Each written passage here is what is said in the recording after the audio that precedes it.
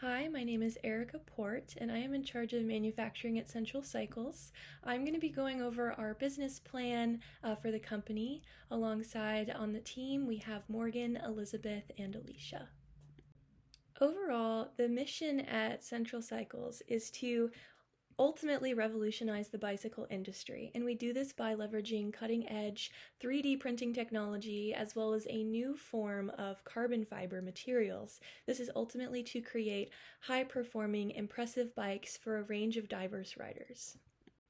As far as strategies and objectives go, our company plans to capture a dominant market position in the carbon fiber bicycle segment. We do this by combining both innovative production techniques as well as strategic marketing and positioning.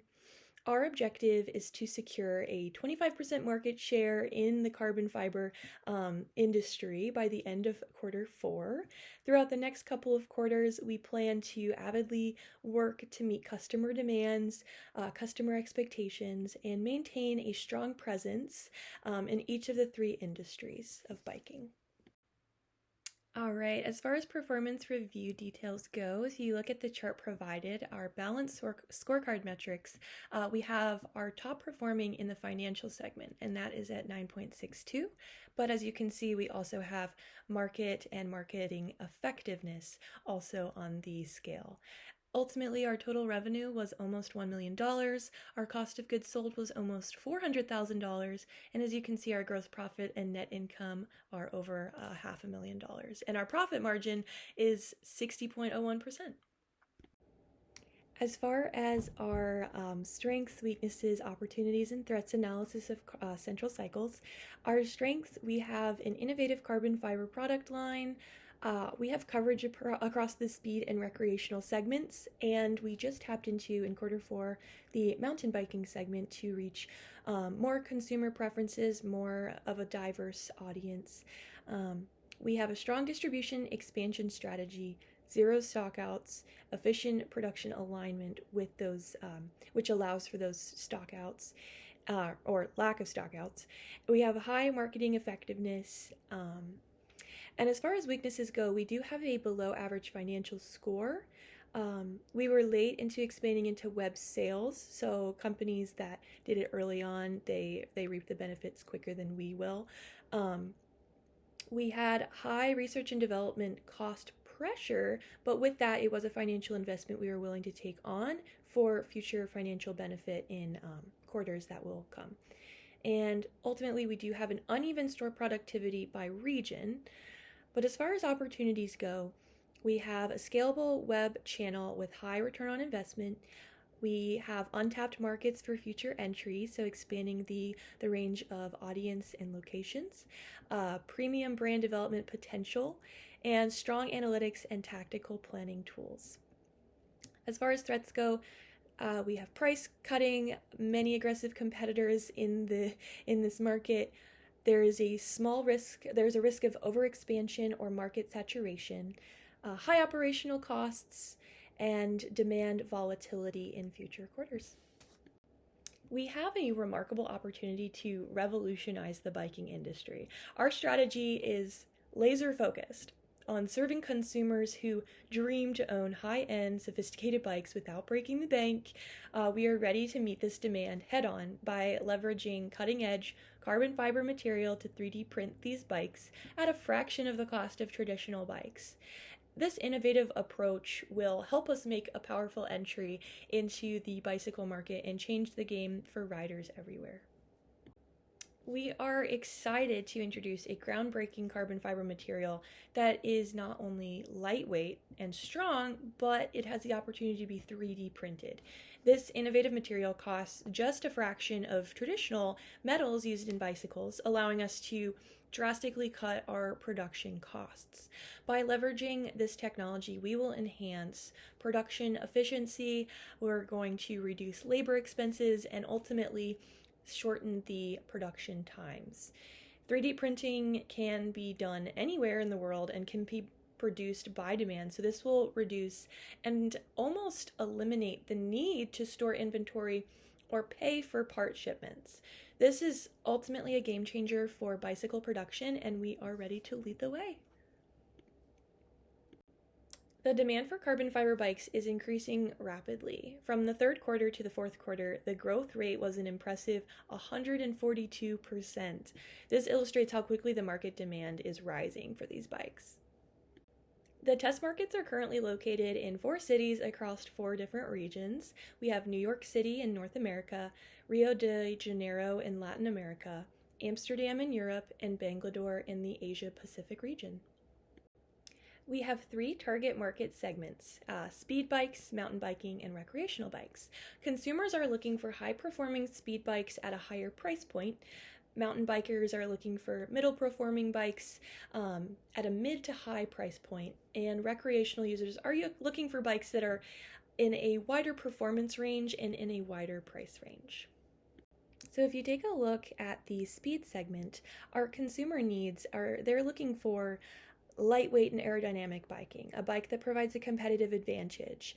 They want high visibility. They are willing to pay a higher price to remain competitive.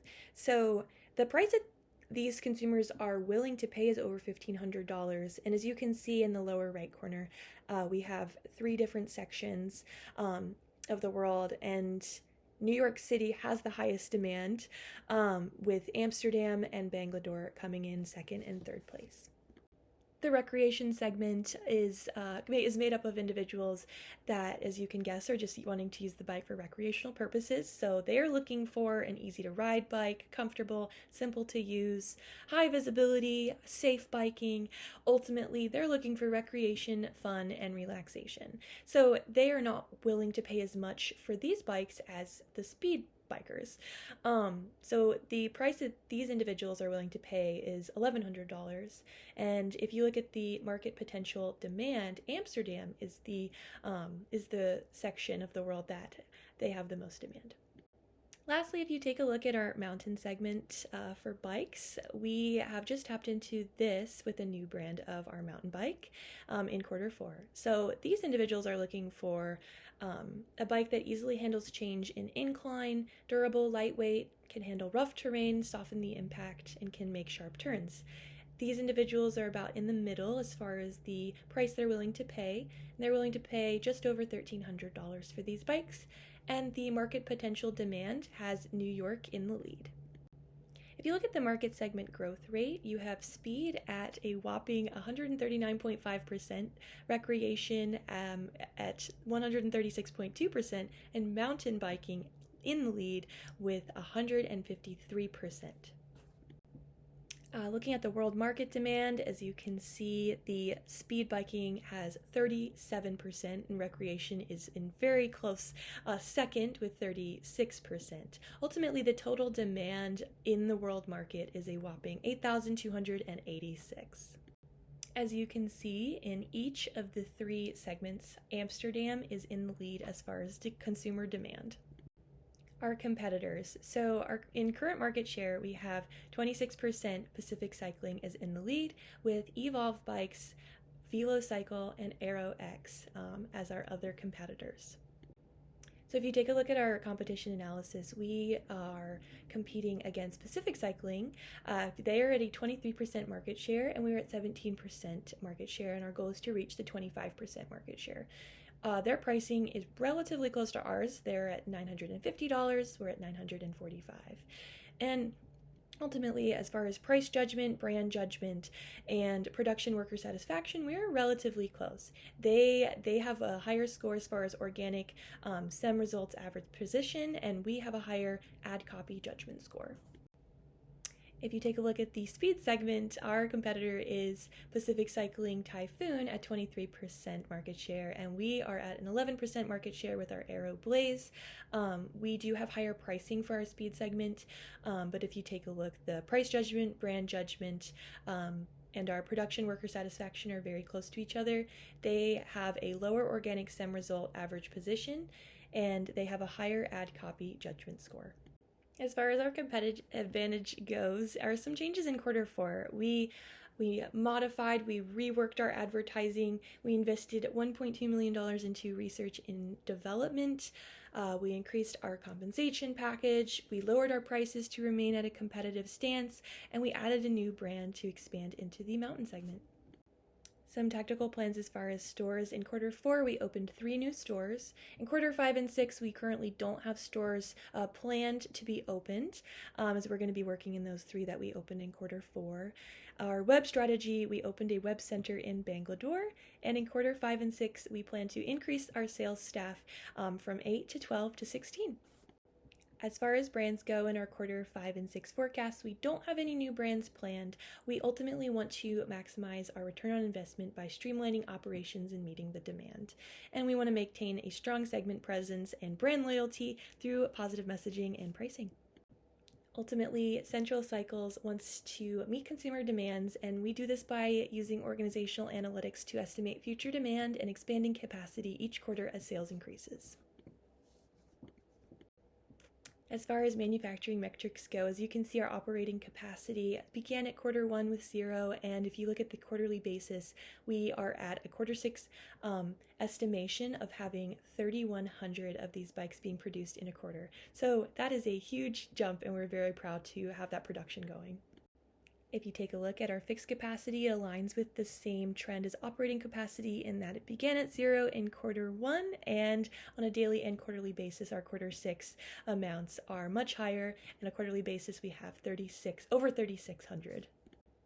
In Q4, we have updated from 1 hour to 2 hours of overtime, and we plan to keep in Q5 that same 2 hours of overtime, but in Q6, bump this up to 3 hours. This is ultimately to continue working towards the objectives of keeping manufacturing efficient and prone to change depending on consumer needs and the economic climate. As far as demand goes, we are seeing that in Q4 we'll have over 1,300 bikes planned to be sold, and then Q5 over 2,000, Q6 over 3,000. We decided to compare our company Central Cycles to Tesla. We both focus on innovation to disrupt industries. We have a 25% market share. We both have multi-segment presence that enables growth and market penetration. We rely on strong branding, consumer loyalty, and while Tesla edges slightly higher as far as brand positioning and innovative leadership, our company maintains a solid consumer focus and growth strategy. As you can see our balance sheet data, we strive to take calculated risks for future investment opportunities, and we want to maintain a solid reserve as far as cash goes. So as you can see, our current assets begin with Q1 as just over $600,000, and our estimated Q6 cash amounts are almost $4 million. We see our revenues steadily increasing. Our cash flow has an overall increase. If you take a look, we did invest higher into research and development in Q4, but as you can see, the cash flow does increase in the future quarters. And we have ultimate positive projections in the times to come. You take a look at our income statement information. As you can see, from Q3 to 4, we have a $343,000 increase in gross profit. From Q4 to 5, we have a $570,000 increase, and Q5 to 6, a $769,000 increase. And once again, as I aforementioned, there is a sharp increase in expenses as far as Q4 goes, and this is due to the research and development investments that we contemplated and decided to go forward with. But this levels back to pretty normal levels in Q5 and 6. As far as our stock price worksheet goes, although our Q3 earnings per share was a value of -1, we are increasing our profits and margins each quarter. Revenues and cash on hand continue to increase. Ultimately, this negative earnings per share is due to our research and development investments, manufacturing, and storefronts. As you can see, an increase in earnings per share over Q5 and 6 prove profitability in return on investment without increasing our price per earnings ratio or share price. Increasing both of these would increase money back into the pockets of our investors.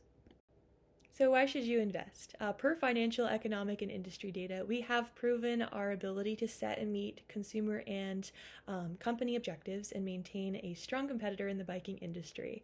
We have collective goals from all departments of marketing, human resources, manufacturing, sales, and finance, and we work together to reach our goals. In conclusion, we are requesting $3 million in additional equity investments. This would cover the cost of our R&D as well as manufacturing our 3 new models that we believe are going to strengthen our presence in the market, increase cash inflow from operating activities, and positively impact our margins. Additionally, this will help the Q4 earnings per share value increase, and in return, we anticipate strong growth and desirable return on investments. Thank you for watching, and I hope that you are more informed on Central Cycles as a business and understand our business plan and future opportunities.